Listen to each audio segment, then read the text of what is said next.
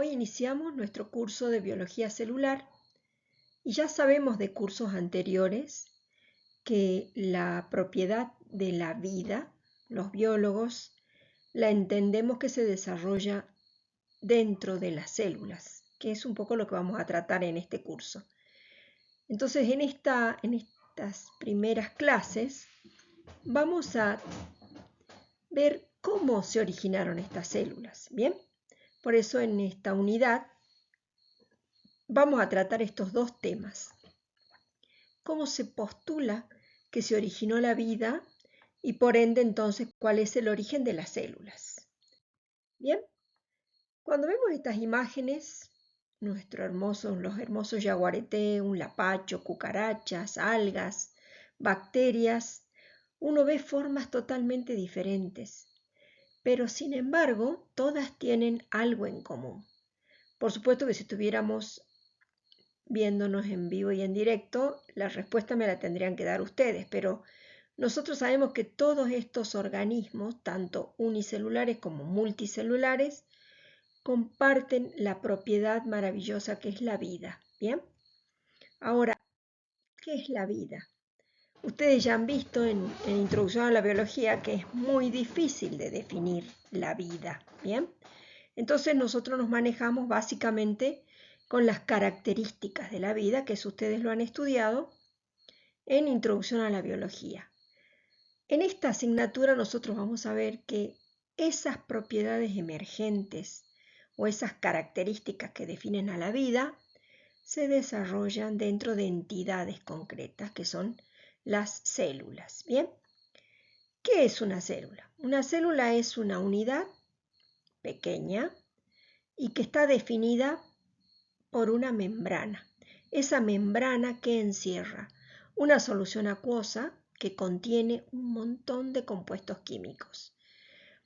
Y lo interesante es que esa maquinaria química que contiene esta membrana tiene una cantidad de propiedades y habilidades, como por ejemplo crecer, dividirse, evolucionar.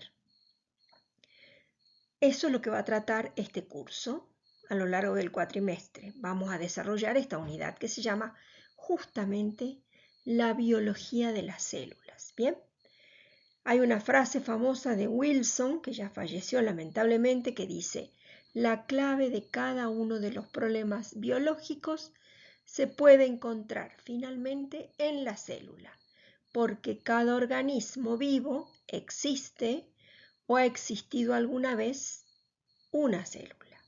¿Bien? Entonces, vamos a avanzar. Para ello, a lo largo del curso nosotros siempre nos vamos a remontar a la historia de la ciencia. Fíjense, esta asignatura, o en realidad las células, vienen siendo estudiadas desde el 1650, cuando fueron descubiertas por Leeuwenhoek y fundamentalmente por Hooke. ¿Con qué lo tuvieron que hacer? Lo tuvieron que hacer con un instrumental, que lo vamos a desarrollar en los prácticos, que son los microscopios. ¿Por qué? Porque las células son entidades tan pequeñas que no pueden ser observadas a simple vista. Entonces, su descubrimiento estuvo ligado al desarrollo tecnológico de instrumental. Por lo tanto, la biología empezó a descubrir a las células desde lo macroscópico. El desarrollo de la anatomía, la zoología, la botánica, como disciplinas biológicas, son mucho más antiguas que la biología celular. ¿Bien?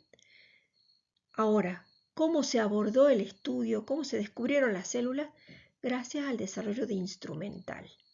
Fíjense que paralelamente, bien, todavía no hay nada de la química desarrollado. Entre el 1600 y el 1700 se desarrollaron las lentes, se pulieron las lentes y empezaron a aparecer toda una serie de entidades microscópicas. Recién en el siglo XVIII aparecieron los primeros, diríamos, investigadores que empezaron a descubrir, por ejemplo, el oxígeno, el cloro, el nitrógeno, por lo que nosotros, para comprender la biología celular actual, ¿de qué herramienta fundamental necesitamos? De la química, ¿bien?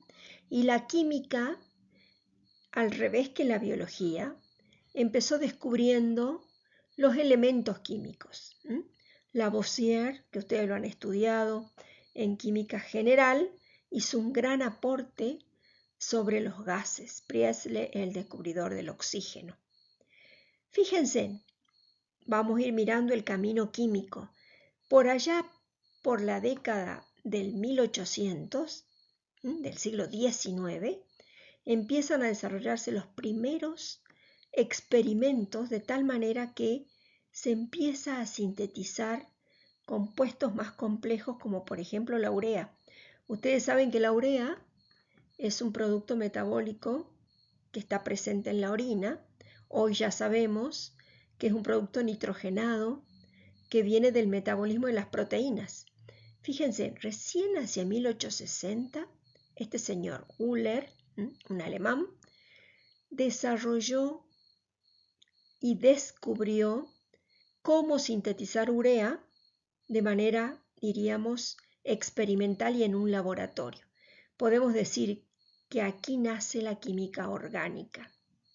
En paralelo, fíjense, más o menos 1860, estos tres nombres que ustedes sí los conocen, Schleiden, Schwamm y Virchow, se reúnen en el primer congreso que se hace de ciencias. ¿Y qué informan?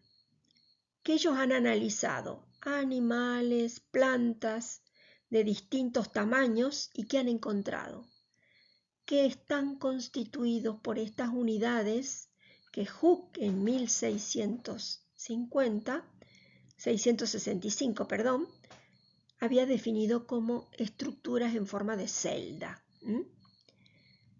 Amici, que es un italiano, es un físico que se encargó de pulir mucho mejor las lentes y empezaron a obtener imágenes muchísimo más claras y detalladas. Entonces, fíjense, nos hemos ido acercando desde lo macroscópico hacia lo microscópico con estos avances tecnológicos y con el avance de la química inorgánica, la química orgánica, hasta en el siglo XX se produjo la gran explosión de lo que serían los conocimientos de la biología celular.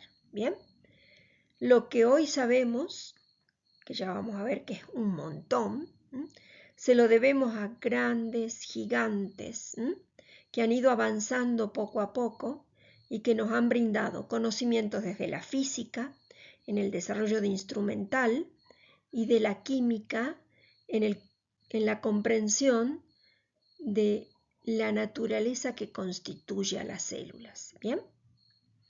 Entonces esto no debemos olvidarlo. Nosotros sin física, sin química y sin matemáticas, la biología no existe. Continuemos un poco con la historia. Entonces, ¿cuándo nace la biología celular?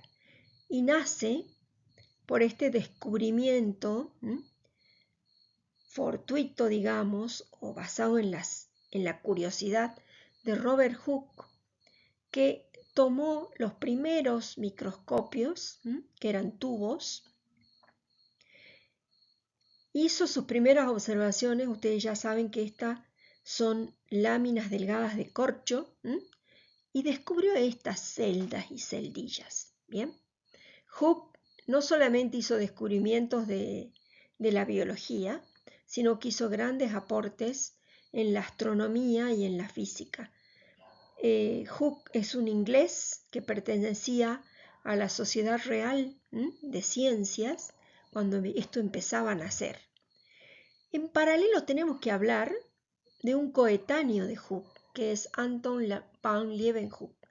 Anton van Leeuwenhoek es un holandés que en realidad se dedicaba a la compra de lana para después llevar a los centros textiles y allí hacer telas.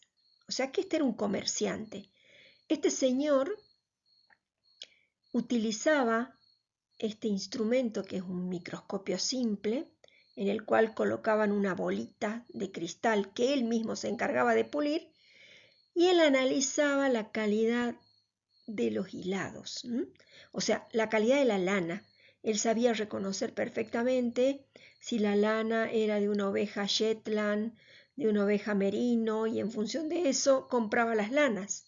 Bueno, este señor no se quedó solamente en mirar lanas y poder elegir las mejores para su negocio. Empezó a curiosear. La base de la ciencia es la curiosidad. Bueno, a Anton Leeuwenhoek le debemos que él haya empezado a tomar muestras de agua, muestras de líquidos que circulaban por la ciudad porque no había todavía tratamiento de efluentes, bien, tomar muestras de ríos, rasparse el sarro de los dientes, bien, tomar inclusive su propio esperma y mirarlo y ver qué había. Es sorprendente cómo, miren, estos son los dibujos de Leeuwenhoek. ¿A qué se parece? Díganme si no se parecen a bacterias. Esto, ¿a qué se parece? Y a algas. Bien, estos son dibujos originales de Leeuwenhoek.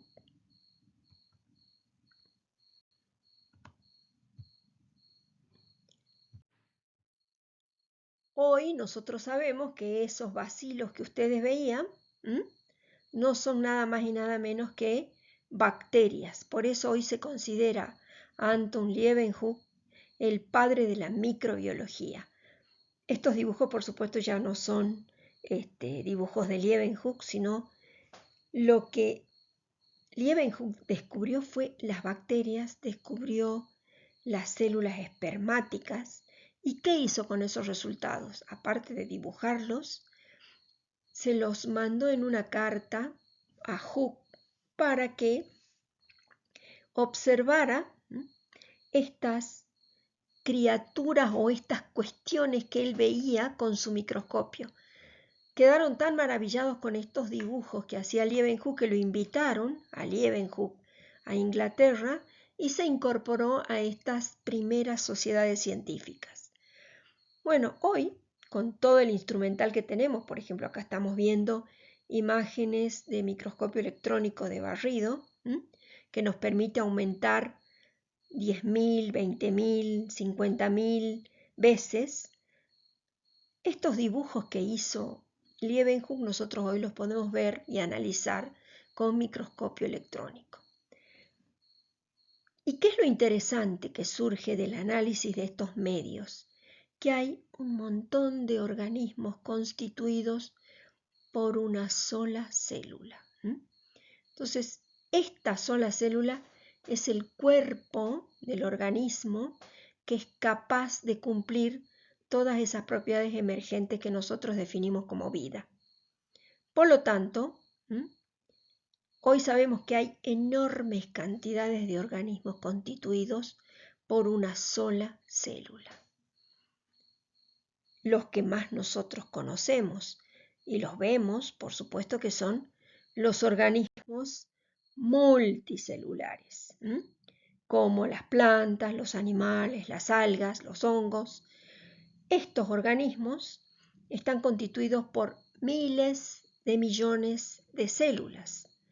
Pero lo interesante es que todos los multicelulares provenimos de una célula. Entonces todos estos mecanismos los vamos a analizar.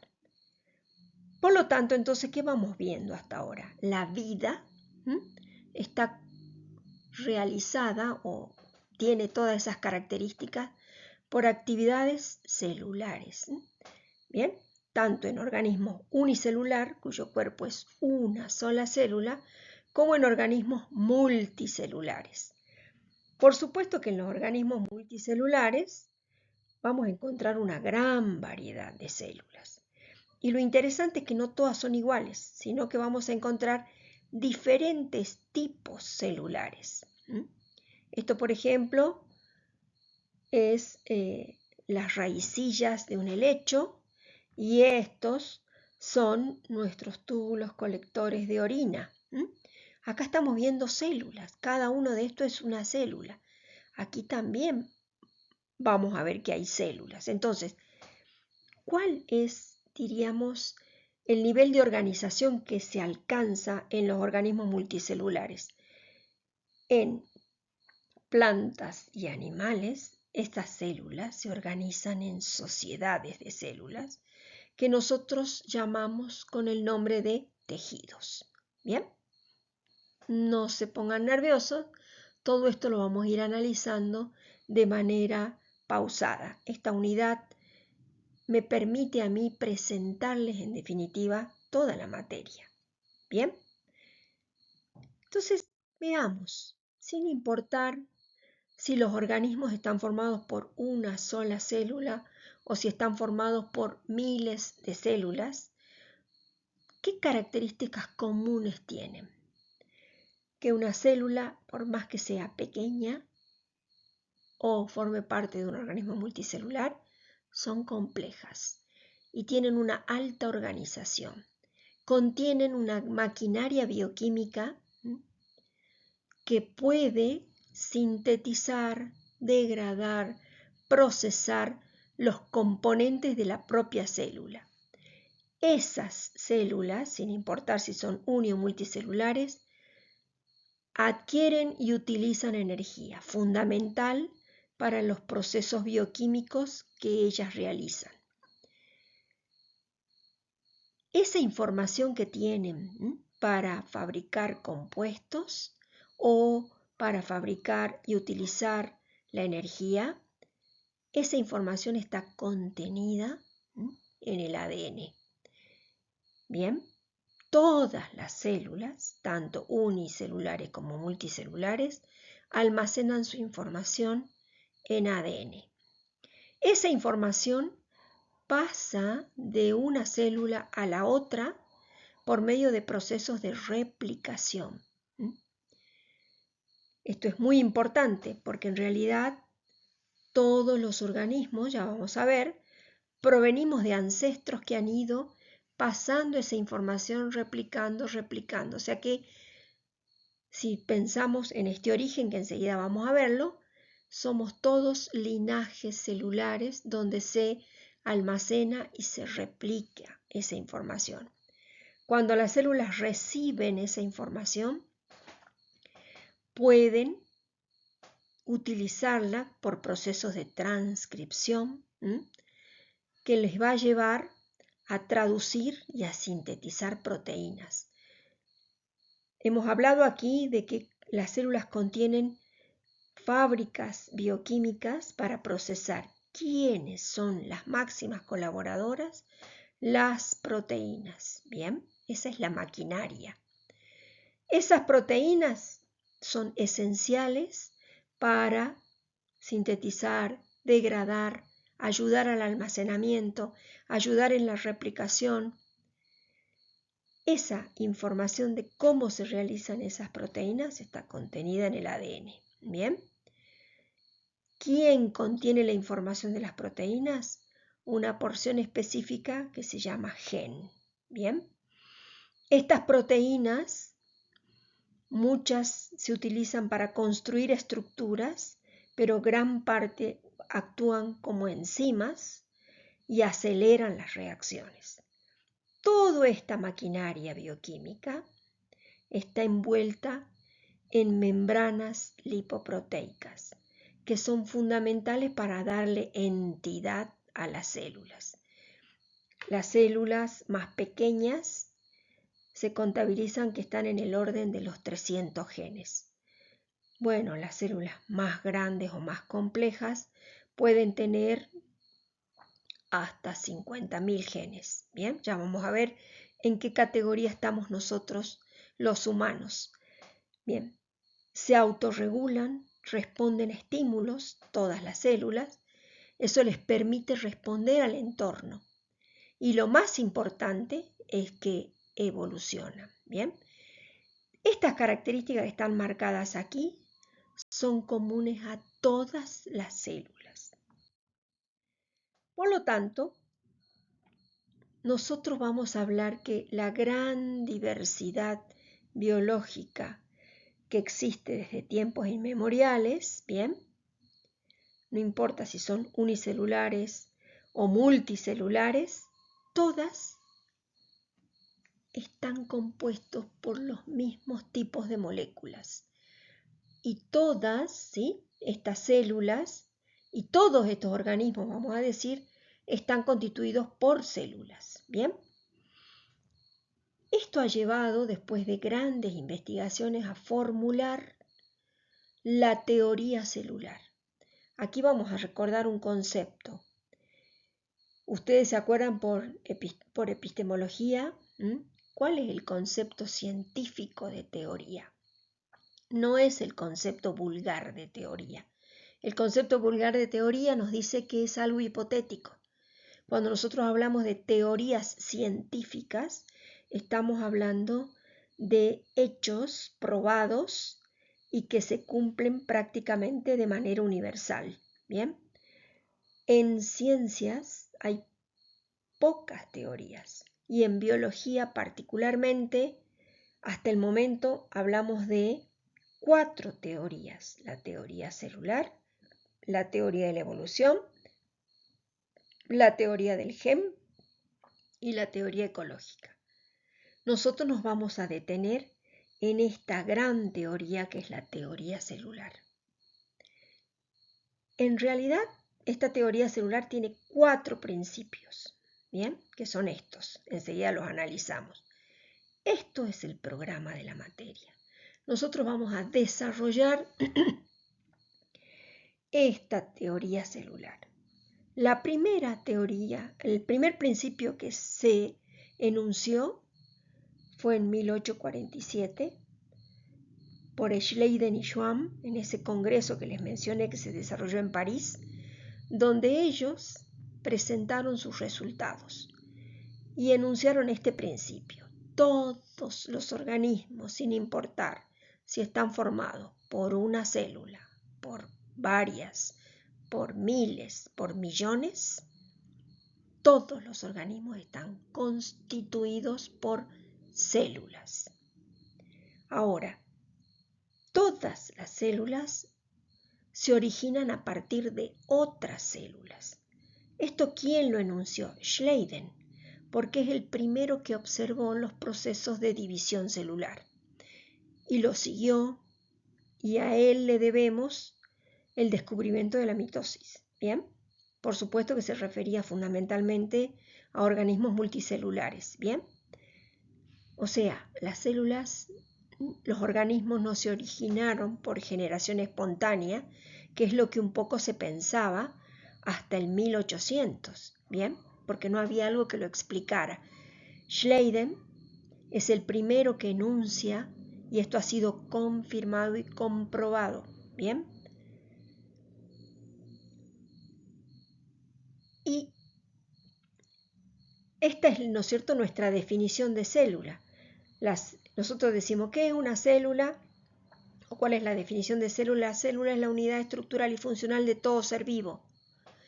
Este principio lo enunció Virchow, ¿bien?, en 1858, porque ya había empezado a dilucidarse muchos procesos fisiológicos. ¿Bien? Se empezaron a detectar compuestos químicos y se empezó a ver que muchas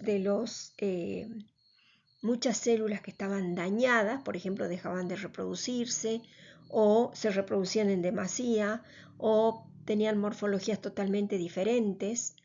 Entonces Virchow, que es el padre de la patología en realidad, él es el que unificó este principio y hasta el día de hoy se mantiene. Y es lo que vamos a desarrollar a lo largo de la materia. ¿Bien?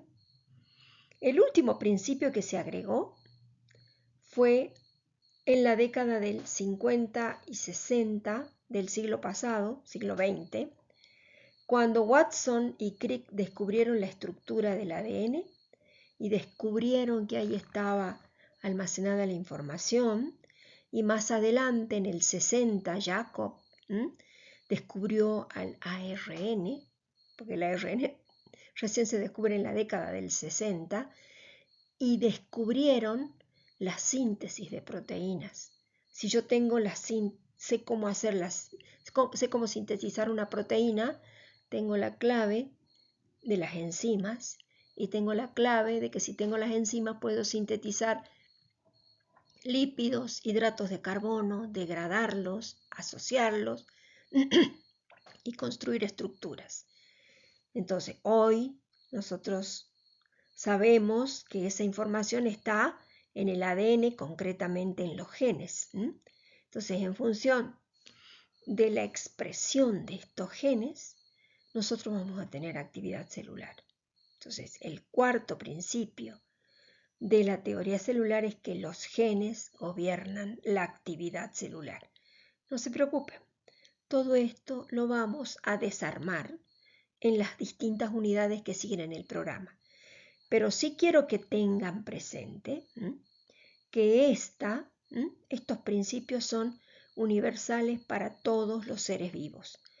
Si por supuesto se encuentran seres vivos o vida en otros planetas, bueno, veremos si esta teoría es universal o solamente está referida a los organismos que vivimos en la Tierra. Bien, veremos, ese es un problema a futuro.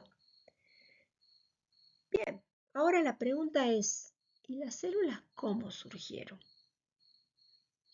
Porque ya hemos dicho que hoy se sabe que no surgieron por generación espontánea, ¿bien?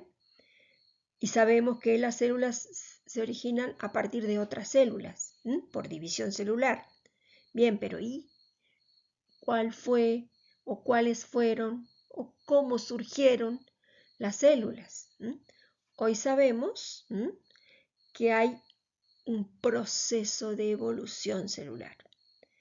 Y entonces vamos a conocer las hipótesis que se proponen que podrían explicar la evolución celular. Por supuesto que necesitaríamos la máquina del tiempo y el tiempo que tuvieron como para decir fehacientemente que las células surgieron de esta manera. Pero hay un montón de evidencias, ¿bien? Y un montón de información que a los investigadores les permite presentar una serie de propuestas. Bien, entonces vamos a ver cuáles son las propuestas para plantear el origen de las células. En primer lugar, nosotros hemos dicho que las células, todas las células, están constituidas por las mismas moléculas. Bien, y esas moléculas nosotros sabemos que son las biomoléculas. Sabemos que son proteínas, lípidos, hidratos de carbono, ácidos nucleicos. Entonces, lo primero que tenemos que preguntarnos es si vamos a construir células, ¿cómo surgieron las moléculas orgánicas que construyen a las células? Bien, por lo tanto, el primer paso para la evolución celular es ver cómo aparecieron estas moléculas orgánicas. Bien, fíjense, Darwin, Oparin, Haldane, Urey y Miller, Crick, son todos nombres que a ustedes les suena, son los que propusieron varias hipótesis, ¿bien?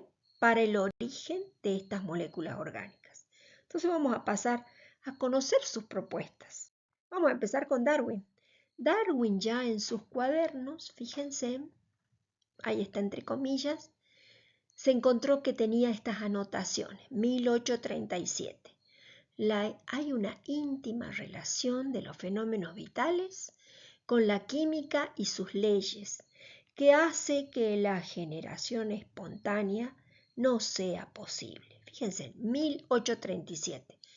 Si ustedes recuerdan el cuadro que les mostré al principio, decíamos que por esa misma época Presley, Lavoisier, todos ellos estaban dándonos los primeros pasos de la química. 1860 ya se dice que es el nacimiento de la química orgánica. Y Darwin no se queda ahí.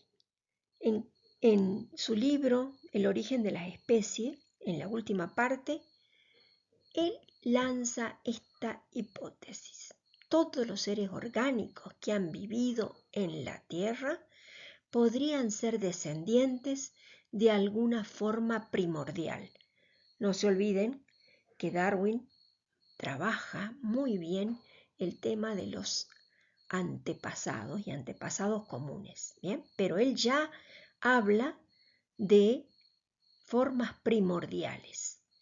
Y en una carta escrita a su amigo Hooker en 1871, él es el primero que habla de que él se imagina que en los primeros tiempos podrían haber existido charcas calientes donde podría haber estado materia, dice inerte, que se habría organizado y con la ayuda de determinados componentes químicos y fuentes adecuadas podría haber originado a los organismos. Fíjense, él lanza la idea de una charca caliente con materia inerte. O sea, si nosotros pensamos en lo que se habla hoy de la sopa primordial, es una idea que la lanza nada más y nada menos que Darwin. 1871. Bien, ¿qué pasa en todo este tiempo? ¿Quién se anima a tomar estas ideas? Bien, vamos a ver. Estos dos investigadores, Alexander Oparin, que es un ruso, y Haldane, que es un inglés, lanzaron sus primeras teorías. En este caso vamos a decir hipótesis, no teorías, ¿bien? Porque estamos hablando de si hablamos de teoría, estamos hablando de teorías científicas, de hipótesis. Oparin es un químico, empieza a imaginar que los organismos, las primeras células, tendrían que haber sido heterótrofas, ¿bien? Y que seguramente en la formación, porque ya aquí ya hay avances de la geología, y ya hay avances sobre la formación de la Tierra, él imagina que la Tierra tiene que haber sido, después que se formó, un planeta tibio, caliente, tibio, y que en toda esa geoquímica tiene que haberse formado nutrientes necesarios, ¿bien? Que seguramente se formaron, él postula, en la propia Tierra, o por la lluvia de meteoritos a los que fue sometido a la Tierra, también podrían haber procedido del espacio. Él inclusive es un químico que trabaja con grasas, con lípidos. Él nota que cuando pone lípidos en medios acuosos, rápidamente se forman esferas. Y él le llama a esas esferas coacervados. Entonces él postula, ¿por qué no? Se podrían haber formado gotitas de grasa o gotitas lipídicas y haber encerrado a otras moléculas y así podrían haberse originado las células. Bueno, son todavía todas hipótesis basadas en este caso, en sus observaciones y en los conocimientos que tenía de geología. Haldane, fíjense, en 1930, no puse aquí el año, él entonces toma estas ideas y sugiere que posiblemente los océanos prebióticos de la Tierra, distintos a los actuales, podrían haber formado sopas calientes diluidas en las que podrían haberse formado los compuestos orgánicos constituyentes elementales de la vida. Y fundamentalmente esto, ¿por qué? Porque no habría habido oxígeno. Oparin, en un intercambio de ideas, ¿bien? Él propone que seguramente en los primeros tiempos la atmósfera era carente de oxígeno y más bien era una atmósfera rica en dióxido de carbono, en amoníaco, en hidrógeno, en helio. en amonio, y prácticamente todas moléculas ricas en hidrógeno. ¿Y por qué no? Podría haber surgido algún tipo de compuesto orgánico con todas estos gases propios de esa atmósfera reductora. Bien, estamos hablando de 1930, 1940. Bueno, este señor Stanley Miller era estudiante de química y leyó los trabajos de Oparin y Haldane. Y entonces se acercó a su profesor, Harold Urey, y le dice: profe, ¿y si ponemos a prueba las ideas de Oparin y de Haldane? Y Urey le dijo: bueno, a ver, ¿qué se te ocurre? Y diseñó, fíjense, en este equipo totalmente cerrado, al que llenó de agua, y en otra parte de este equipo, que estaba conectado por este tubo, lo llenó de gases, ¿sí? Llenó amoníaco, agua, hidrógeno, gases de hidrógeno, nitratos, metano. Fíjense, nada de oxígeno. Les llenó de estos gases en su interior. Y entonces, ¿qué hizo? Lo empezó a calentar. ¿Por qué? Porque entre las hipótesis de Oparin, él se imaginaba que la Tierra todavía estaba con grandes procesos volcánicos, ¿bien? O sea, estaba muy caliente. Eso podría haber calentado profundamente al agua que ya estaba cayendo de los meteoritos, porque toda el agua que nosotros tenemos en el planeta Tierra proviene de cometas que impactaron y llenaron, fíjense en la cantidad que cayeron, y son los que en parte fueron enfriando esa corteza terrestre. Bien, ahora, Oparin, que decía, la gran cantidad de agua que iba cayendo, pero con la cantidad de erupciones volcánicas y todavía la corteza caliente, esta agua seguramente entró muchas partes en ebullición y por supuesto que subió a la atmósfera. Pero esa atmósfera tenía recibía una alta radiación y todavía era totalmente inestable, con grandes tormentas eléctricas, así se imaginaba Oparin. Y bueno, entonces Miller, que dijo: yo voy a reproducir esas tormentas eléctricas produciendo descargas de electricidad aquí al interior. O sea que empezó a bombardear, diseñó todo un equipo espectacular. Y dijo: bueno, a ver, dejemos a ver qué pasa. Entonces yo tengo agua caliente que se evapora, se deposita, a su vez este ambiente reductor, hemos dicho metano, amoníaco, hidrógeno, y lo dejó reaccionar. ¿Y qué observó? Que parte de esto, por supuesto, se condensaba y volvía a nutrir el medio acuoso, y esto es todo un sistema cerrado que estaba permanentemente entrando y circulando y circulando y circulando. Lo dejó funcionar una semana. Y esto, que era totalmente transparente, se convirtió en algo totalmente opaco, porque era marrón, totalmente sucio, podríamos decir. Bueno, y tomó una pequeña muestra de lo que estaba aquí en el agua. ¿Y cuál fue su sorpresa? Encontró en el interior compuestos orgánicos. Fíjense: alanina, ácido aspartico, ácido glutámico, glicina. ¿Qué es estos 4 componentes? Yo espero que me digan que son aminoácidos. Son aminoácidos. Encontró urea, encontró ácido láctico, ácido acético y ácido fórmico. Todos compuestos orgánicos que se formaron por este tipo de reacciones. Bueno, quedaron totalmente sorprendidos porque no podían creer que en tan poco tiempo se hubieran formado estos compuestos orgánicos. Y entonces siguieron proveyéndole de estos gases, y lo dejaron funcionar 2 semanas, 3 semanas, 4 semanas, 5 semanas.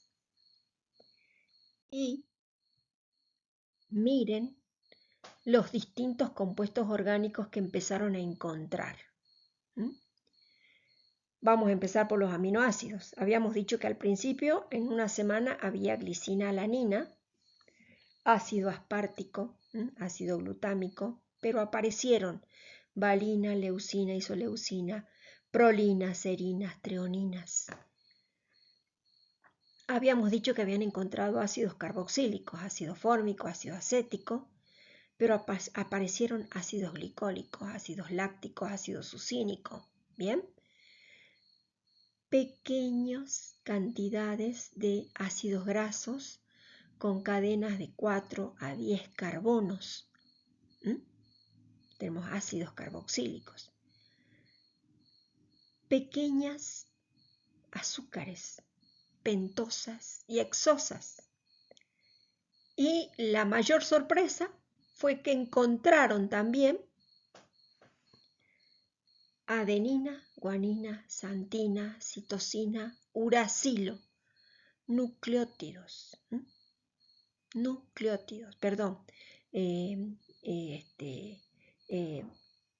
bases nitrogenadas, ¿bien? Bases nitrogenadas que forman parte de los ácidos nucleicos. Esto fue una bomba, vamos a decirlo así. Esto sigue funcionando, o sea, estos experimentos se continúan y están viendo qué compuestos orgánicos se forman en este tipo de sopa prebiótica. ¿Qué es lo más importante a destacar? Que Miller demostró la facilidad con que los compuestos orgánicos de importancia bioquímica podrían haberse sintetizado en supuestas condiciones primitivas. ¿Bien?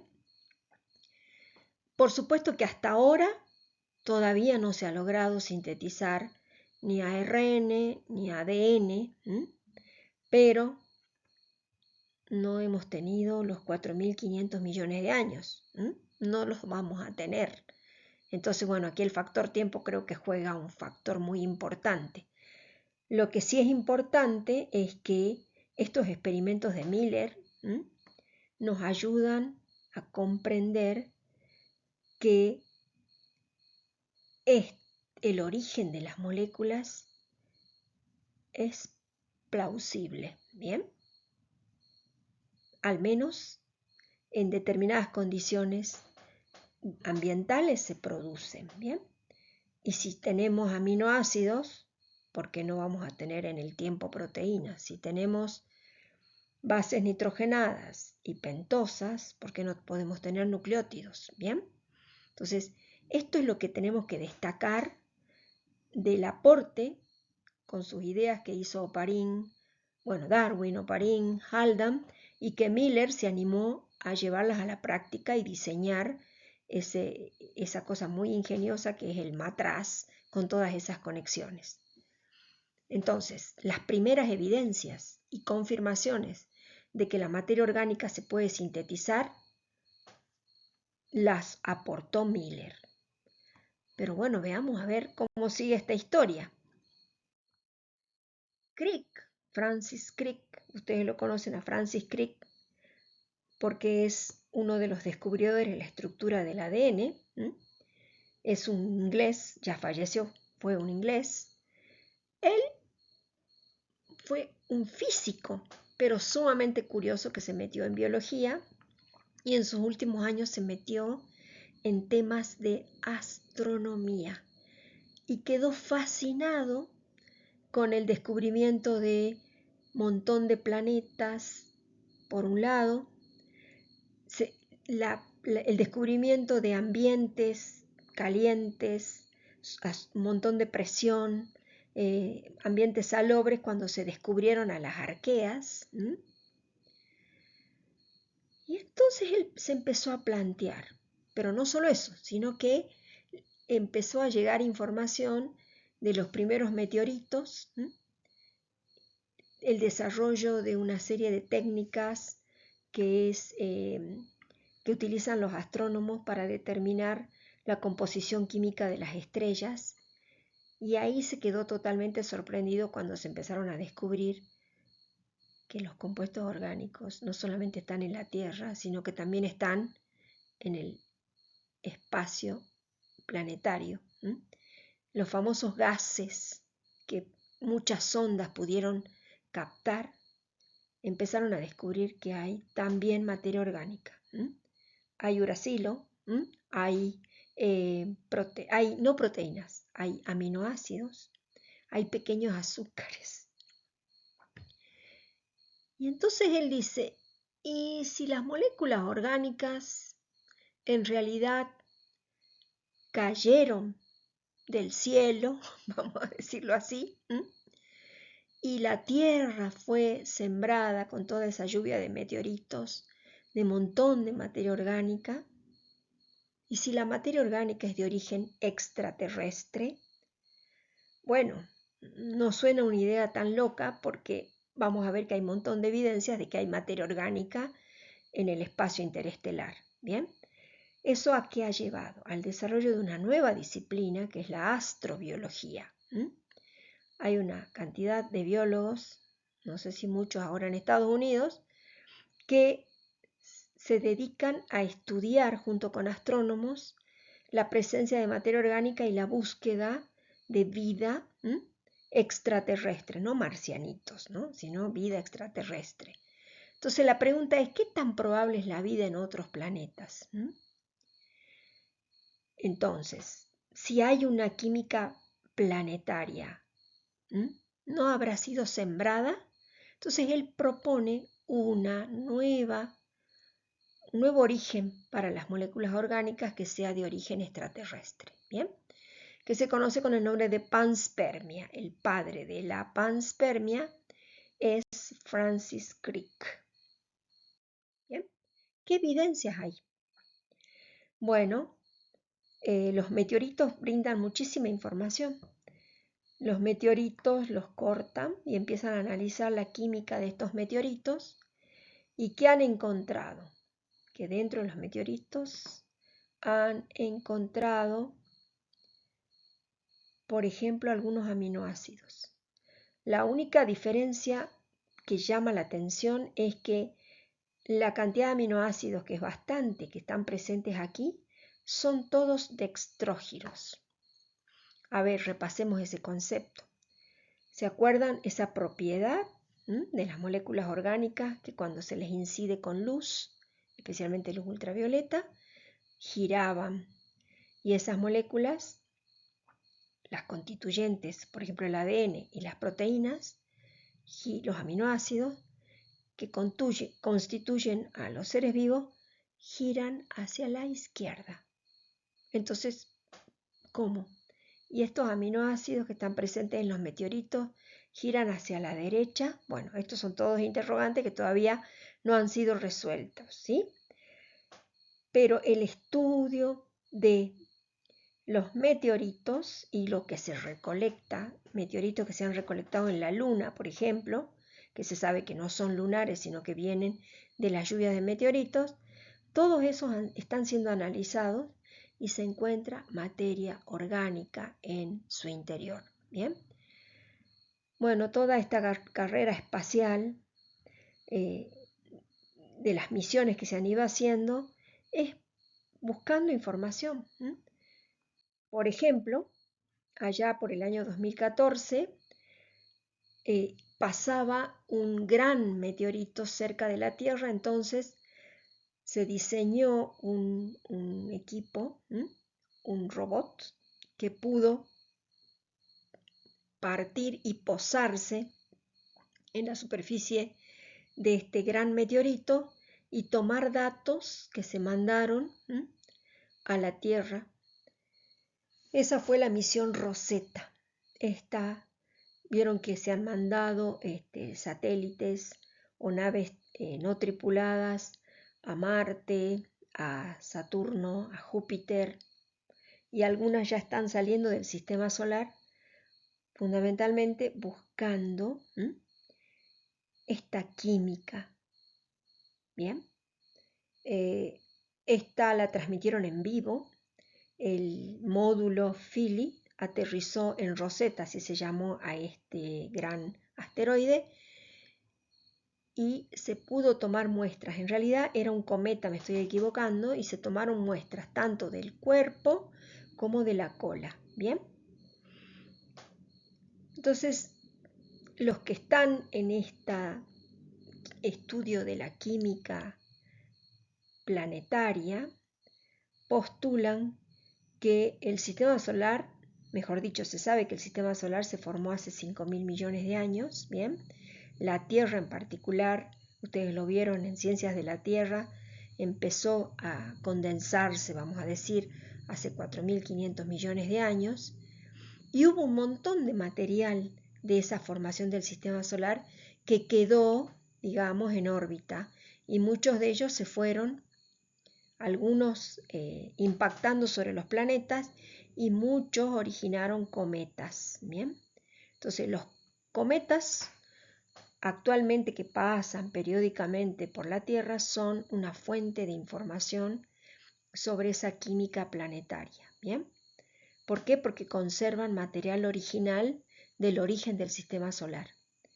Entonces se está en la captura de ese material y ver de qué está compuesto. Bueno, aquí más para que ustedes vean.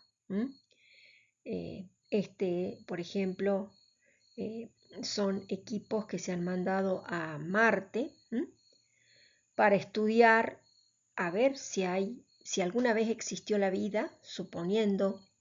Hay algunos que dicen que probablemente las bacterias se podrían haber originado en el espacio interestelar o en otros planetas, pero bueno, por el momento no se han encontrado bacterias en ningún lado, pero están buscando lo que se llaman firmas biológicas, o sea, a ver si hay bacterias fósiles, formas. Para eso se mandan un montón de equipos que están permanentemente buscando esa información. Por el momento el planeta que se está investigando es Marte. La Tierra tiene, por supuesto, condiciones de posición muy especiales. No está muy cerca del Sol ni tan alejado, por lo tanto tiene temperaturas compatibles con la vida. ¿Bien? Bien, segunda hipótesis, o sea, la atmósfera reductora, cuyas pruebas las llevó a cabo Miller. Crick, con su propuesta de la panspermia, que tiene fuertes evidencias de materia orgánica proveniente del espacio interestelar. Bien, y hay una última propuesta. Bien,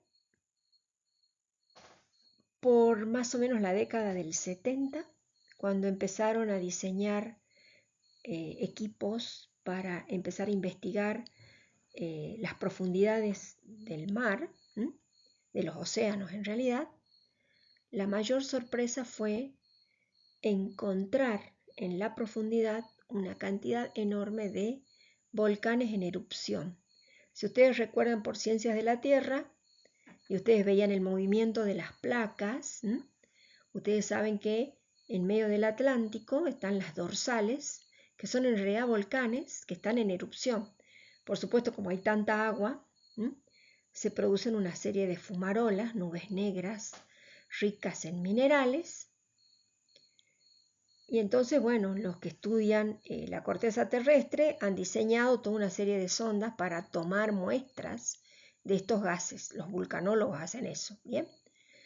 ¿Cuál fue la sorpresa?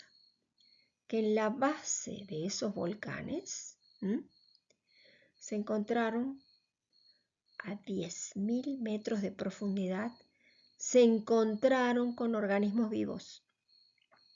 Esto fue una revolución.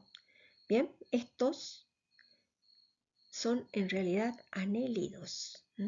Anélidos que son tubos, son tubícolas, y que tienen en esta región que está la boca la capacidad de capturar no solo nutrientes, sino una gran cantidad de bacterias. ¿Por qué? Porque en las zonas más frías están estos anélidos, gusanos, y en las zonas más cerca de la chimenea hay una gran cantidad de bacterias anaeróbicas. Entonces, estos gusanos se alimentan de las bacterias. Aquí no hay fotosíntesis. Sin embargo, hay una comunidad heterótrofa que consume bacterias. Y estas bacterias anaeróbicas van a producir glucólisis, o sea, van a producir materia orgánica, especialmente azúcares. Bueno, esto fue directamente, diríamos, una gran sorpresa. Miren, aquí hay fotos de estas fumarolas o humerales, son los dos nombres que ustedes lo van a encontrar, y aquí hay una gran cantidad de colonias bacterianas. Aquí ustedes tienen las imágenes. Todas son arquibacterias que resisten altas presiones y temperaturas. No contentos con eso, se han diseñado toda una serie de equipos para extraer muestras y analizarlos. Entonces aquí están, y en rocas más alejadas han encontrado restos fósiles de bacterias. Entonces hoy en día trabajan en estos humerales geólogos, paleontólogos, nanotecnólogos, que por supuesto biólogos que han estudiado a estos organismos, estos anélidos tubulares, y los paleontólogos están estudiando estas bacterias fósiles, ¿bien? Las han datado y calculan que los fósiles bacterianos datan entre 3.770 a 4.200 millones de años. Si uno se pone a pensar que la Tierra tiene 4.500 millones de años, en 3.000 años, 3.000 millones, 3.000 millones de años, 300 millones de años, aparentemente se podrían haber desarrollado rápidamente las moléculas orgánicas y habría surgido la vida. Entonces, esto ha revolucionado el origen de células.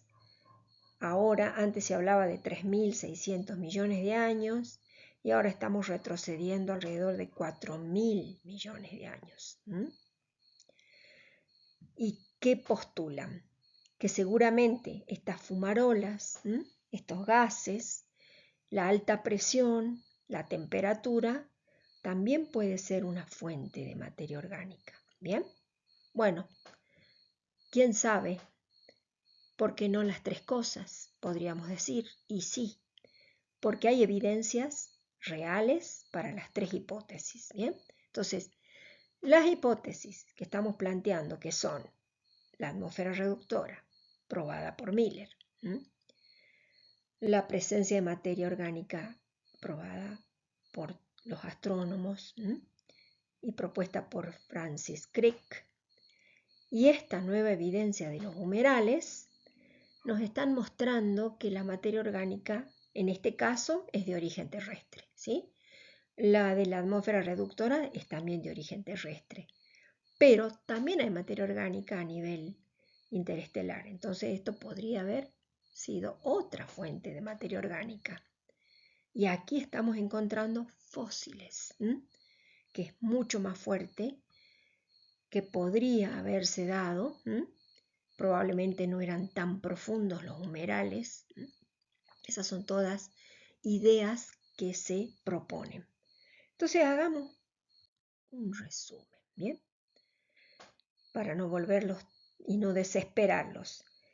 Esta es una representación en la cual está postulando, ¿no es cierto?, después del Big Bang, toda esta gran cantidad de moléculas de moléculas inorgánicas, por supuesto, que se empezaron a condensar, enfriar y fueron formando los planetas. Por supuesto, toda esta materia interestelar terminó formando estrellas. Esas estrellas condensaron materia y se formaron los planetas, y por las fuerzas de la gravedad y todas las otras fuerzas que funcionaron en el origen del universo, fueron constituyendo lo que sería el sistema solar y el planeta Tierra y todos los otros planetas. Entonces, cuando esta corteza se enfrió, proponen, tanto por el bombardeo de agua y la formación de charcas, más la química de los minerales propios de esta corteza terrestre, más todas estas tormentas eléctricas a las cuales estaba sometida la atmósfera, bien, se pueden haber formado estas charcas. Hasta aquí estaríamos con la teoría, o la hipótesis, perdón, de la atmósfera reductora y la aparición de moléculas. Bien, ahora, en esta lluvia también vamos a empezar a unir, se podrían haber formado también el aporte de un montón de otras moléculas orgánicas también a estas charcas. Amén de la producción de materia orgánica a través de los humerales. Bien, ácidos grasos, nucleótidos, aminoácidos, azúcares. En algún momento esto se ensambló y en algún momento eso quedó encerrado en lípidos. Bien, entonces hasta aquí nosotros estamos hablando de origen de moléculas orgánicas. Vamos a ver cómo se postula que todas estas moléculas podrían haber estado encerrados y dar origen a protocélulas. Bien, entonces veamos. Lo que a nosotros más nos interesa es, o por lo menos lo que hemos ido viendo hasta ahora, es cómo aparecieron las moléculas orgánicas. Ahora, no nos podemos quedar solo en eso, porque nosotros sabemos que hoy en las células las moléculas orgánicas interactúan, porque los organismos vivos, las células, tienen sistemas químicos complejos. ¿Esto qué quiere decir? Que entonces estas moléculas orgánicas que aparecieron generaron sistemas químicos complejos. Vamos a ver cómo los proponen. Tuvieron que aparecer moléculas capaces de acelerar reacciones, ¿bien? Porque si yo pongo en algún laboratorio aminoácidos, nucleótidos, etcétera, etcétera, no va a pasar nada, ¿sí? Hoy sabemos que todas esas moléculas interactúan porque hay catálisis, hay aceleración, ¿bien? ¿Cómo aparecieron los procesos autocatalíticos o catalíticos?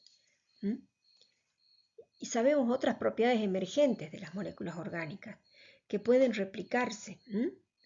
Bien, entonces, ¿quiénes participan haciendo esta tarea? ¿Qué moléculas tienen estas características de catálisis, de almacenar información? ¿Quiénes? Nosotros ya sabemos por química orgánica y química biológica que las proteínas y los nucleótidos están trabajando de manera conjunta. Nosotros sabemos que las proteínas están formadas por aminoácidos y que estas proteínas, un gran grupo de ellas que son las enzimas, tienen una gran capacidad catalítica, aceleran y que a su vez influencian en la síntesis y en la polimerización de nucleótidos para formar polinucleótidos. Bien, no solamente tienen esa función catalítica para la síntesis de nucleótidos, sino que sintetizan lípidos, sintetizan hidratos de carbono. Pero, ¿cómo se ensamblan estos aminoácidos? Hoy, actualmente sabemos que esa información está contenida en los nucleótidos, o sea que los nucleótidos, los ácidos nucleicos, contienen la información de la secuencia de los aminoácidos que constituyen proteínas fundamentalmente estructurales y de función catalítica. Esto es lo que sucede actualmente. una íntima relación entre proteínas y ácidos nucleicos. Y a su vez estas proteínas, una vez que se forman, pueden sintetizar todas las otras moléculas. ¿Bien? Entonces la pregunta que se hicieron es, ¿cómo interaccionaron especialmente estos dos tipos de moléculas orgánicas? Bien, y acá empiezan las propuestas y las pruebas. Bueno, acá tengo que mencionar a Thomas Sech y Altman. Estos dos son químicos que empezaron a estudiar estas moléculas orgánicas y en particular descubrieron unos ARN que estaban presentes en bacterias que tenían capacidad catalítica. Eso les llamó poderosamente la atención porque siempre estuvo asociada a la idea de que las únicas que tienen propiedades catalíticas son las proteínas. Y Thomas Sech y Cindy Altman descubrieron a estos ARNs que los llamaron ribosimas. Ribosimas. Estas ribosimas son ARNs. Estos son ARNs. Y esto los llevó a empezar a probar a ver qué acción tenían estas ribosimas. Y empezaron a hacer experimentos como, por ejemplo, poner medios nucleótidos en presencia de ribosimas y empezaron a ver que no solamente los asociaban a estos nucleótidos y formaban cadenas, sino que también tenían capacidades de cortar trozos y ensamblar. Bueno, esto provocó una revolución porque se descubrieron estos ARN catalíticos. Bueno, estos descubrimientos de los ARN catalíticos, que los tenemos, que los tienen las bacterias, los empezaron a secuenciar, llevó a proponer una nueva hipótesis. Una hipótesis, ya estamos hablando de evolución química, pues ya sabemos que las moléculas orgánicas aparecieron en el planeta Tierra por distintos mecanismos, pero estaban. Ahora, ¿cómo pasaron a constituir macromoléculas e interactuar?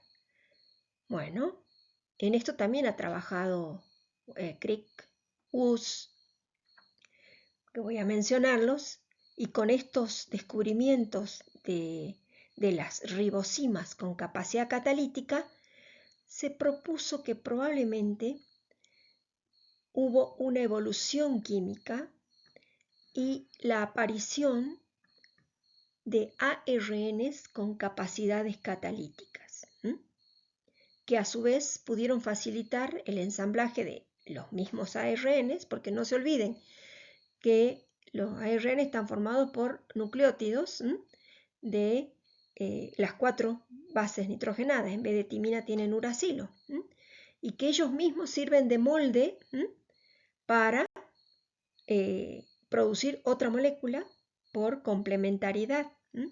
Eso se ha probado en laboratorio. Entonces, este descubrimiento de las ribosimas ha llevado a decir, se sabe que estas ribosimas, en presencia de alta concentración de sales y nucleótidos, sintetizan oligonucleótidos de ARN. Esto se puede hacer en laboratorio. ¿Cómo lo hacen? Permite el emparejamiento complementario y esos ARN sirven de moldes. Y entonces empiezan a producirse un montón de cadenas entre 20 a 40 nucleótidos. En realidad estas reacciones son muy lentas si no se ponen las ribosimas, pero si se agregan las ribosimas se ven procesos de corte y empalme. Todo esto en ausencia de proteínas, o sea, no hay catalizadores aquí, solamente hay los propios ARNs. ¿Bien? Nosotros sabemos que el ARN es una molécula lineal que puede adoptar distintas formas. El lineal es el ARN mensajero. Se puede plegar y formar como una hoja de trébol. En algunas zonas va a ser doble. y por ejemplo es la forma que tiene el ARN, el ARN de transferencia. Algunos son muy estables, por ejemplo los ARN de transferencia son muy estables, mientras que los ARN mensajeros, una vez que se termina de trabajar en la síntesis, se desarman. Actualmente nosotros sabemos que interactúan con el ADN e interactúan con las proteínas, ¿bien? Pero cuando empezaron a hacer los experimentos con estos polinucleótidos, ¿qué empezaron a encontrar? Que pueden haber, si se ponen todos estos nucleótidos, pueden haber errores de nucleótido y entonces la próxima copia ya no tiene, por ejemplo, uracilo, sino tiene citosina. Y entonces ya no hay uracilo en esa posición. Entonces se está viendo que estos polinucleótidos de ARN sufren selección natural y competencia. Estas ribosimas en particular catalizan a otros ARNs produciendo rotura y polimerización. Inclusive, ahora vamos a ver que hay unos ARNs que pueden cortar, que tiene, en general los ARNs pueden tener variabilidad al azar. Nosotros sabemos que el ARN mensajero transporta información. Nosotros conocemos 3 ARNs, que son los ARNs mensajeros, los ARN de transferencia y el ARN ribosómico, que se encuentra dentro de los ribosomas. ¿Cuándo surgieron estos? Entonces, el descubrimiento de las ribosimas más el saber que existen estos 3 ARN sigue planteando la idea de que probablemente los ARN hayan sido las primeras biomoléculas orgánicas que contienen información y ahora sabemos que a su vez tienen capacidad catalítica. Actualmente nosotros sabemos que los ARNs, este es un ARN de transferencia, tiene capacidad de unirse a un aminoácido específico. Y ustedes recuerdan que hay una porción de la secuencia que se conoce como anticodón, que es capaz de complementarizarse con una secuencia que está presente en el ARN mensajero. De tal manera que si esto después se corre y viene otra secuencia, se acerca otro ARN y estamos hablando de síntesis de proteínas. Actualmente hay una relación íntima entre aminoácidos y ARNs. Particularmente el que tiene la íntima relación es el ARN de transferencia. Bueno, entonces acá empiezan las propuestas. ¿Cómo se habría relacionado en el pasado los ARNs con los aminoácidos que ya sabemos que se sintetizan? Bueno, estas son las propuestas. Entonces, si los ARNs son los ácidos nucleicos más fáciles de formarse y ellos mismos pueden actuar como moldes, entonces si hay nucleótidos en el medio, puede producir una copia exacta. Pero también puede ser que sufra algún error, una mutación, y provoque la aparición de nuevos ARNs. ¿Bien? O sea, produjo el mismo, probablemente va a replicar los mismos o puede sufrir algún error en la copia y producir nuevos ARNs. Y que algunos, en función de la forma en que adopten, de acuerdo a la secuencia, asuman funciones catalíticas. ¿Por qué no? Entonces, en esta propuesta del mundo de ARN, ¿qué postula? Que al disponer de tanta cantidad de nucleótidos, y disponer de tiempo, se podrían haber producido diferentes tipos de ARNs. Y algunos con capacidad de poder asociarse a proteínas, a aminoácidos. Bien, por ejemplo, estos podrían haber sido el origen de los ARNs de transferencia. que tienen capacidad, ustedes saben, de asociarse a los 20 tipos de aminoácidos que hay. Entonces, los que hablan de este mundo de ARN, esto es todo hipotético porque hasta ahora no se puede reproducir en laboratorio, proponen que al haber una gran diversidad de ARNs, algunos podrían haber almacenado información en forma de tripletes, lo que nosotros hoy conocemos como codones. Otros ARNs podrían haberse asociado a aminoácidos, porque estos tenían una función catalítica de unión, y en realidad los aminoácidos tal vez hubieran acelerado la función catalítica. Algunos dicen que sucedió eso, y no se sabe cómo, pero hoy sabemos que los ARN de transferencia pueden leer ese código y posicionar aminoácidos determinados y nos van a sintetizar proteínas. Bien, esto lo vamos a repasar. Entonces, si nosotros vemos que pudieron haber habido ARNs codificantes, moldes para la síntesis proteica, ARNs adaptadores, que son los que traen a esos aminoácidos, son nuestros ARNs de transferencia.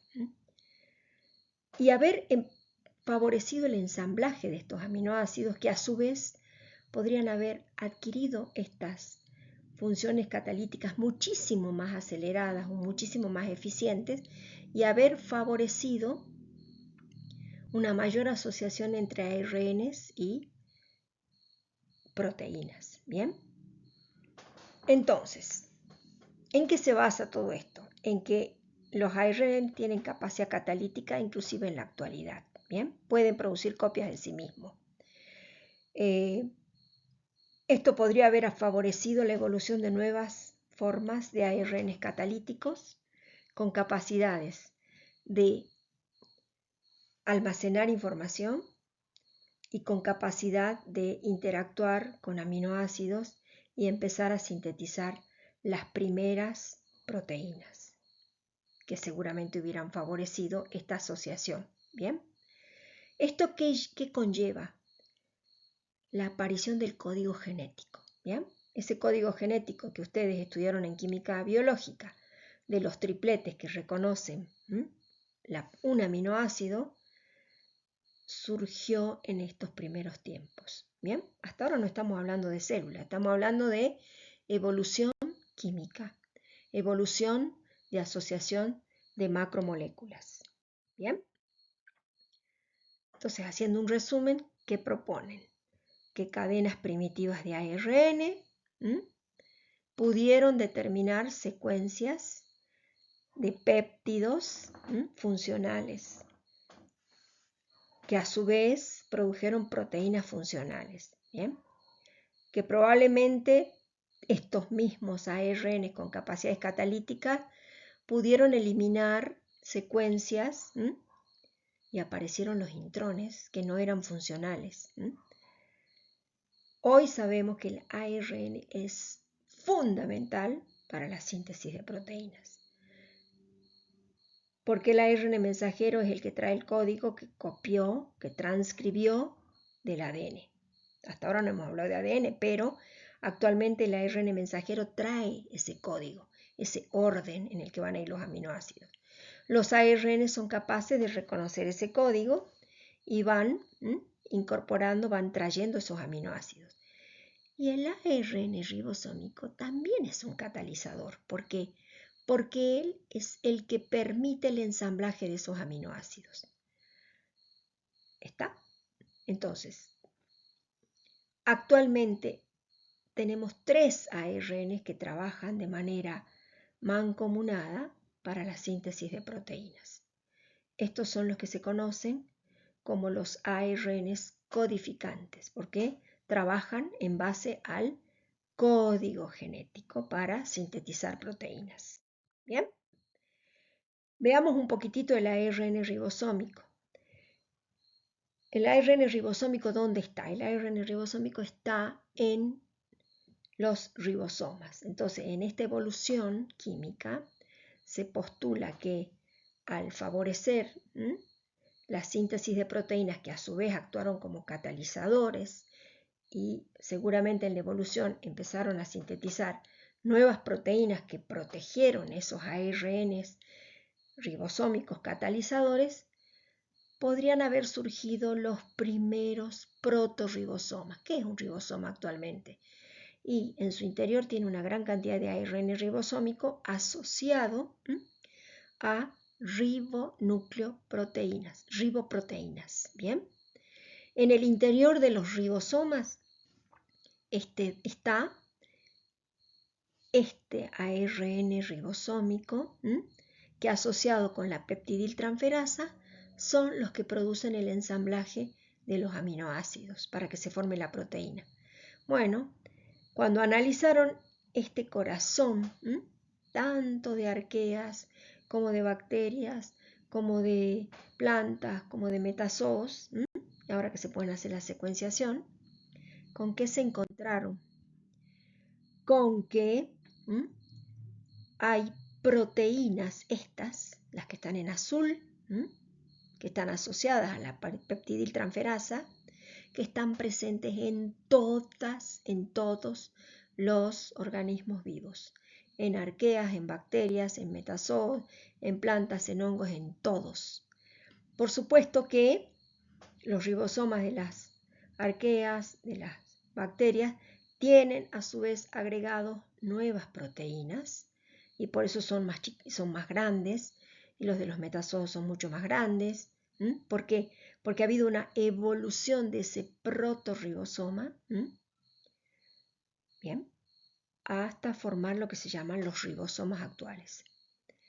¿De acuerdo? Entonces, la primera estructura que trabaja con ARNs catalíticos y proteínas catalíticas parecen ser que han sido los protorribosomas, ¿bien? Que facilitaron la síntesis de nuevas proteínas. Bueno, pero yo quiero presentarles, no se asusten, de estos hemos estado hablando, que son los ARNs codificantes, que son los encargados de sintetizar proteínas.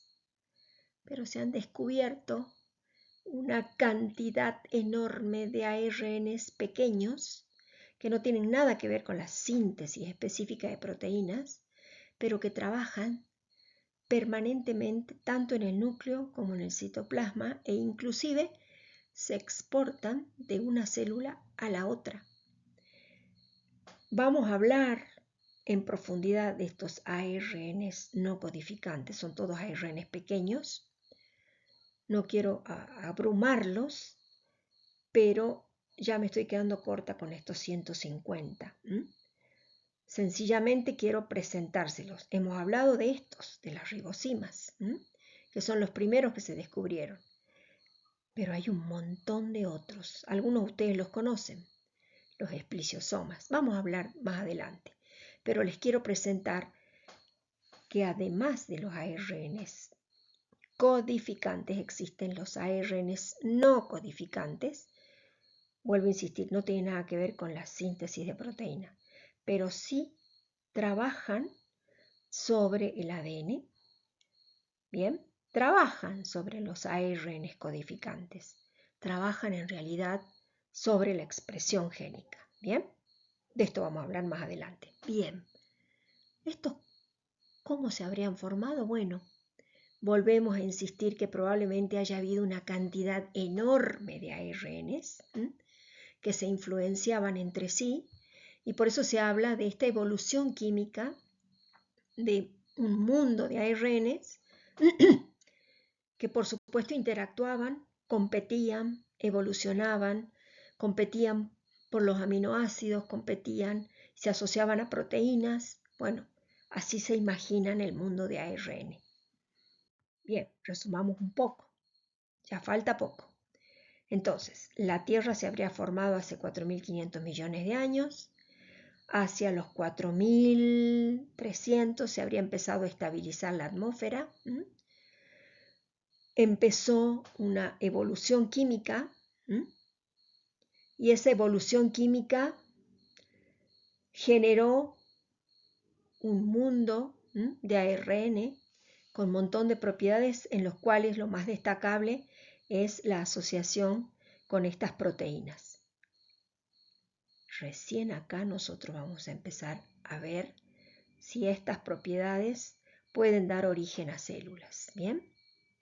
¿Por qué? Porque acá nos está faltando otra entidad, una entidad que encierre este mundo de ARNs y proteínas que puedan a su vez autoalimentarse y potenciarse. Mientras tanto, esto se puede diluir. Y después vamos a ver que el ADN aparece posteriormente en estas propuestas, ¿bien?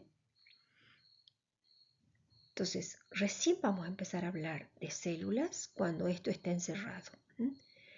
Este es un cuadro viejito.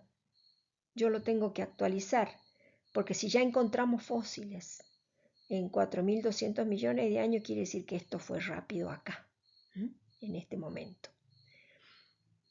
Después, la aparición de estas protocélulas, también se produjo una evolución, que es la que vamos a analizar, ¿bien? Entonces, para que nosotros hablemos de célula, tenemos que hablar de membranas. Las membranas definen a las células. Las membranas son, ya vamos a ver, son lipoproteicas. Son lipídicas fundamentalmente, con proteínas incrustadas, las actuales. ¿Por qué son necesarias estas membranas? Porque seguramente que encerraron maquinarias de ARNs y proteínas y pudieron guardarse, diríamos, y no diluirse en todo ese medio acuoso, y favorecieron la reproducción de esos ARNs, que todo esto estuviera cercano, que las proteínas que se sintetizaban quedaran retenidas y disponibles. Por lo tanto, favoreció la competencia y la activación de otros ARNs. Y por supuesto, favoreció la selección de ARNs y favoreció, se postula, la producción de proteínas. Todo esto se propone que fue posible porque esta maquinaria superactiva quedó encerrada dentro de membranas. ¿Y cuáles son esas membranas? Esas membranas se piensa que fueron, mejor dicho, los famosos coacervados de Oparin, que ustedes saben que en el experimento de Miller había ácidos grasos de cadena corta. Esos ácidos grasos que los reprodujo Miller, que los obtuvo, en presencia de agua y aceite, forman monocapas. ¿Por qué? Porque estos ácidos grasos son hidrofóbicos, ¿bien? Y si se asocian con alcoholes, que también acuérdense en que se produjeron, forman unas moléculas particularmente importantes que son los fosfolípidos. Estos fosfolípidos en medio de aceite y agua se ubican como una monocapa, sin ninguna actividad enzimática, sencillamente por su propia bioquímica de ser moléculas anfipáticas.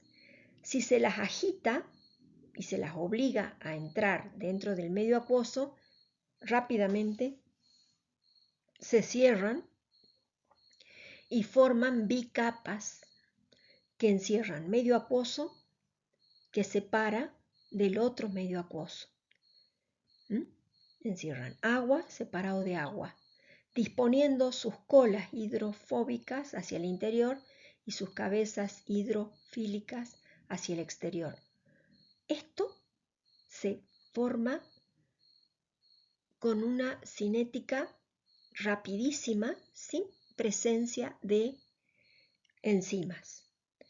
Entonces, si esto se puede hacer en el laboratorio, los que estudian el origen de la célula dijeron, ¿y si estas bolsas fosfolipídicas encerraron esta maquinaria de la cual hemos estado hablando? ¿Y por qué no? Entonces, ¿qué se postula? Que mientras estuvieron evolucionando ARNs en medios acuosos, estas gotas de fosfolípidos podrían haber encerrado a esta maquinaria de ARN. Aquí hay un montón de ARN, pero está simbolizado por uno solo. Acuérdense, en ARNs que mantienen información, adaptadores, catalíticos, aminoácidos, proteínas, etcétera, etcétera. Entonces se propone que así podría haberse formado la primera protocélula, que le han dado el nombre de LUCA. ¿Qué quiere decir LUCA? Last Universal Common Ancestor, traducido, el último ancestro común universal de las células. Esto tiene que haber aparecido allá por el 4200, hace 4200 millones de años. Bien, ¿cómo se propone esta evolución? Que las primeras protocélulas eran basadas en ARN. ARN y los polipéptidos. O sea, aquí ya tenemos todo un sistema de asociación. Y una evolución de adaptadores, ¿no es cierto?, de ARNs pequeños que habrían favorecido la relación entre ARNs y proteínas. Estas proteínas estos ARN se habrían diversificado, generado un montón de proteínas. Esas proteínas podrían haber facilitado su inserción en membranas y facilitado la entrada y salida de nutrientes. Pero en algún momento los ARNs habrían pasado la información a otra molécula, que son los ADNs. ¿Por qué decimos esto? Porque actualmente todas las células tienen la información en ADN y los ARNs codificantes son los que copian esta información y terminan sintetizando las proteínas. ¿Bien? Entonces, ¿por qué se habla de LUCA, que es este? Porque aquí se inventó, vamos a decir, el código genético. Y estas fueron seleccionadas favorablemente. Todos los organismos vivos, todos, procariotas, eucariotas, trabajamos con el mismo código genético. Hay muy pequeñas excepciones de los famosos del código aberrante, pero son muy poquitas. Todos los aminoácidos son reconocidos por el mismo código, o sea que el código se apareció acá. Y a partir de acá se produjo la evolución. Por eso hablamos de LUCA. Bien. Y por supuesto que esto siguió sufriendo evolución y se propone que la función codificante habría pasado al ADN. ¿Cómo? Hoy sabemos, ¿no es cierto?, que el ADN es una molécula bicatenaria. Son dos cadenas, ahí está almacenado el código. Bien. Bueno, ¿cómo se propone que pudo haber pasado al ADN? ¿Cómo? Esto surgió por el descubrimiento de una enzima que es la retrotranscriptasa. Es una enzima capaz de sintetizar ADN a partir de ARN. ¿Quiénes la tienen? La tienen los virus, algunos virus que son virus ARN. Cuando infestan una célula, lo primero que produce ese ARN es la información, tiene el código para la retrotranscriptasa, que por supuesto utiliza la maquinaria del hospedador y sintetiza la retrotranscriptasa. De tal manera que esa retrotranscriptasa, ¿qué hace? Ayuda a sintetizar ARN y ese ARN produce una réplica y esas dos moléculas que están enfrentadas se mantienen bastante tiempo juntas, de tal manera que cuando se observó ese fenómeno de que los ARN se mantienen juntos, se empezó a poner en evidencia que esta retrotranscriptasa tiene que haber aparecido allá y hace tiempo, y que explicaría que al producirse la réplica a partir de ARN con otra hebra que no se separó, se podría haber transferido la función de almacenar la información del ARN al ADN. ¿Por qué resulta interesante el ADN? Porque el ADN es una molécula estable. El ARN mensajero es totalmente inestable. Y entonces, el hecho de que se esté desarmando es un problema para la célula. Al poder estabilizarlo en forma de ADN y mantener allí la biblioteca, donde está la información, esta condición permitió que la célula adquiera una capacidad autorreplicante. ¿Bien? Con la retrotranscriptasa se pudo conservar la información genética. ¿Bien? Y liberó al ARN de tantas funciones, especialmente la de almacenar la información que ya habría pasado al ADN y quedar los otros ARNs, ¿no es cierto?, como catalizadores. Las ribosimas, y vamos a ver que hay algunos que todavía tienen el ARN ribosómico, que es catalizador, los esplisiosomas, que son catalizadores, pero pasarle la función catalítica fundamentalmente a las proteínas, ¿bien? Y quedando los codificantes especializados en lo que es traducción y síntesis, y los otros pequeños ARN en otras actividades que ya las vamos a mencionar más adelante, ¿bien? Eso es lo que se propone en esta evolución celular. Entonces nosotros hemos partido de acá, donde todo era a partir de ARN, que surgió del mundo de ARN. Esto habría sido una evolución interna donde se produjo la asociación entre ARNs y proteínas con el origen de los códigos genéticos, y posteriormente una evolución en la cual la información pasa al ADN y nos quedan todos los otros ARNs cumpliendo funciones en la síntesis de proteína y en otras funciones. Esta es la que podemos ya hablar de una célula con las características genéticas que hoy mismo todavía reconocemos.